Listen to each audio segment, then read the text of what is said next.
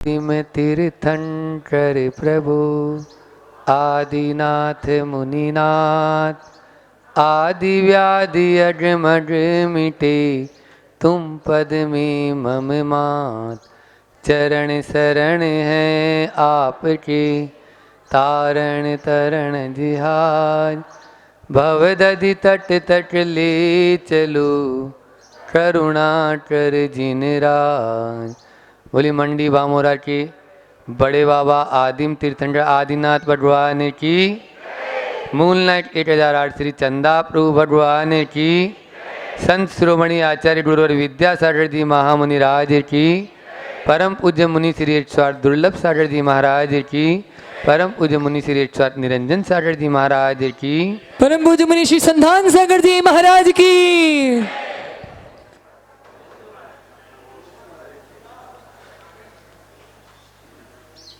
आज पहला दिन है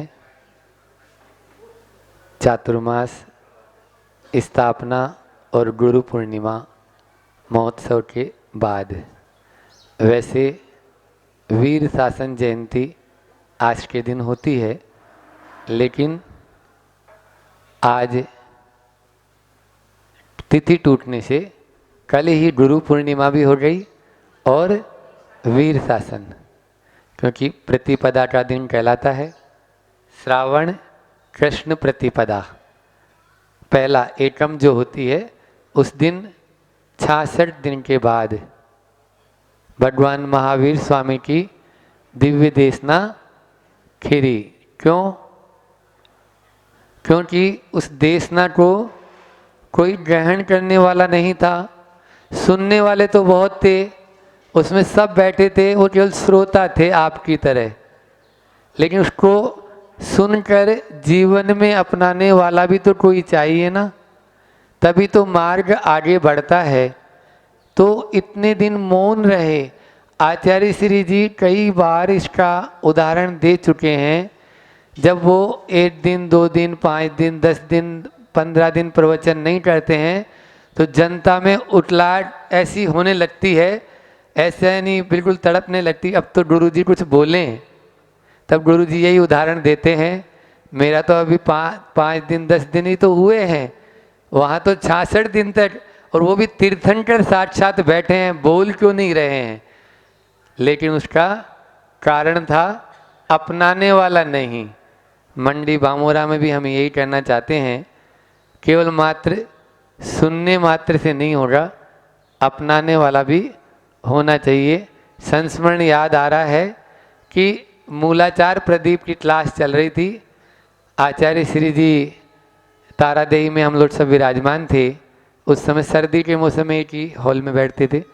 कुछ ऐसी बात चली कि नारेली का पंच कल्याणक हो तो आचार्य श्री वहाँ पर जाएं, और अशोक जी पाटनी जी और अन्य पूरे राजस्थान वाले बहुत बार लग गए थे। तो अन्यथा नहीं लेना इस बात को, बहुत मतलब उत्साह के साथ में महाराज जी लोगों ने भी कहा कि अब तो दीक्षा हो गई एक राजस्थान से, तो अब तो अपन को नारेली चलना चाहिए। और हमें उत्साह दिया कि आप भी बोलो ना आचार्य श्री को कि राजस्थान चले। अब हम बोले भंडारी बोल दिए कि आचार्य श्री अब तो राजस्थान, मतलब बोले ही हैं महाराज, अपने आप में बोलते हैं हम तो। आप लोगों के सामने जैसे हैं वैसे हैं, आप जैसा समझे।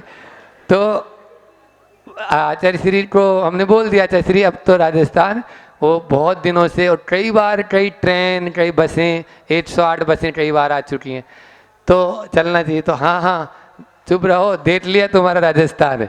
वहाँ प्रवचन सुनने वाले की तो लाइन लगती है, पांडाल बनते हैं बड़े बड़े, और किलोमीटर में गाड़ियों की लाइन रहती है, लेकिन अपनाने वाले, ये गुरुजी ने जवाब दिया जो आज वीर शासन जयंती के ऊपर हम आपको बोलना चाह रहे हैं। अपनाने वाले कौन? पूरे राजस्थान राज्य से एकमात्र मुनि महाराज बने अपने संग में। तो क्या मतलब, अपनाएंगे तब तो होगा। सुधा सागर जी महाराज 25 साल से लगे हैं, ठीक है, त्यागी व्रती बहुत बन रहे हैं, ऐसा नहीं बोल रहा हूँ, मैं नकारात्मक सोचता ही नहीं हूँ, लेकिन फिर भी जिस अनुपात में होना चाहिए। उन्होंने मेरी दीक्षा के समय प्रवचन में बोला था आचार्य श्री ने कि एक ये मध्य प्रदेश जहाँ पर जेसीबी चलाता हूँ तो पंजे में मिट्टी कम और रत्न ज़्यादा आते हैं। और एक वो राजस्थान की भूमि है, वहाँ जेसीबी में मिट्टी मिट्टी आती है, कोई रत्न हाथ ही नहीं लगता है। तो ये चीज़ें अपन को देखना है, क्योंकि मारवाड़ी लोग थोड़े से संयम में थोड़े पीछे। आप तो अब तो बुंदेलखंड में बैठे हैं अपन, इसलिए वो ठोठ बजा कर बोल सकते हैं। यहाँ पर जो संस्कार हैं वो नहीं है मारवाड़ियों में। बहुत बहुत वहाँ खाने का और पहनने का सोच ज़्यादा है। अच्छा चटपटा खाएंगे, तरी खाएंगे, लेकिन त्याग करने में वो थोड़ा पीछे, संयम के मार्ग में पीछे हट जाते हैं। आज दिन है अपनाने का, अपनाएंगे तो आप अपना कल्याण कर पाएंगे और स्वयं का भी और परिवार और देश का कल्याण कर पाएंगे। अपनाएंगे नहीं कुछ नहीं, वो तो फिर तो जैसे आपका रोबोट है, तो रोबोट में क्या है, वो तो इधर से सुनेगा काम करता, बस वो करता रहता है, उसको कोई मतलब ही नहीं है। तो वो नहीं होना चाहिए। अपनाना बहुत ज़रूरी है, अपनाएंगे तभी हम बोलेंगे तो उसकी सार्थकता भी है। तो भगवान महावीर स्वामी के उस समोसरण में जब गौतम स्वामी पहुँचे तो उन्होंने एक प्रश्न किया, हे स्वामी, 60,000 प्रश्न पूछे थे गौतम गणधर ने, सब गणधर पूछते ही हैं। तो एक प्रश्न ये भी है कि एक गाथा के माध्यम से उन्होंने अपनी बात रखी, कदम चरे कदम चिट्ठे कद मासे कदम सये कदम बासेज्य भुंजेज्य एवं पावमन बज्जई। हे स्वामी, हे दीनदयाल, हे दीनानाथ, हम कैसे चलें, कैसे चेष्टा करें, कदमा से कैसे बैठें, कदम सहे कैसे सोएं, कदम भाषेज्य कैसे बोलें, कदम भुंजेज्य क्या खाएं, एवं पावमन बज्जई, जिससे कि हमें पाप का बंध न हो। यही चाहते हैं सब।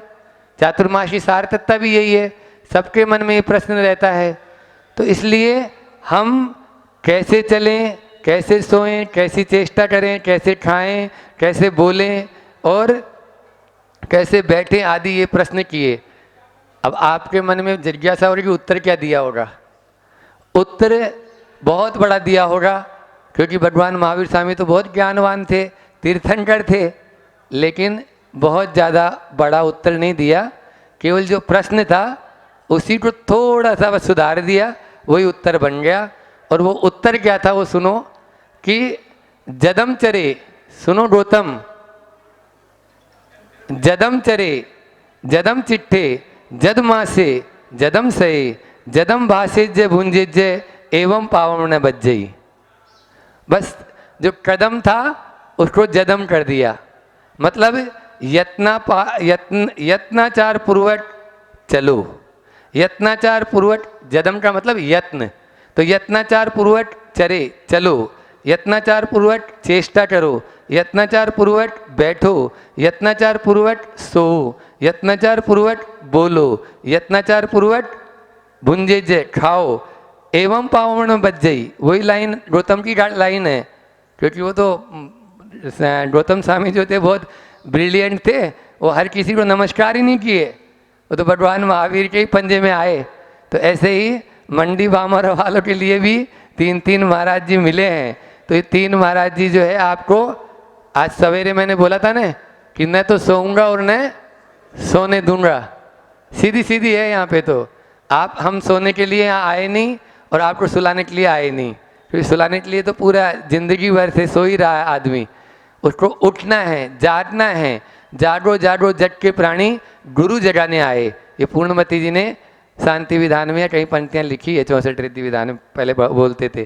तो यत्नाचार पूर्वक अपन को सारी चेष्टाएं, केवल ये 2.5 अक्षर का शब्द जोड़ा है भगवान महावीर स्वामी ने, क्या, यत्न, जदम। इस 2.5 अक्षर में सब कुछ समाया हुआ है। आप यदि पाप से बचना चाहते हो तो इसको अपनाना बहुत जरूरी है। आप कुछ भी करो, कुछ भी खाओ, कुछ भी बोलो, लेकिन उसमें यत्न होना चाहिए। यदि यत्न है, यत्नाचार है, तो फिर आप कुछ भी करेंगे आपको पाप का बंध नहीं होगा, क्योंकि आप गलत करेंगे नहीं। यत्न का मतलब है विवेक, और विवेक आपको हेय और उपादेय की एक यानी जो है ना उसकी उसमें से हेय क्या है और उपादेय क्या है, ये विवेक के माध्यम से ही, जिसको बोला है नीर क्षीर विवेकनी दृष्टि बोलते हैं ना।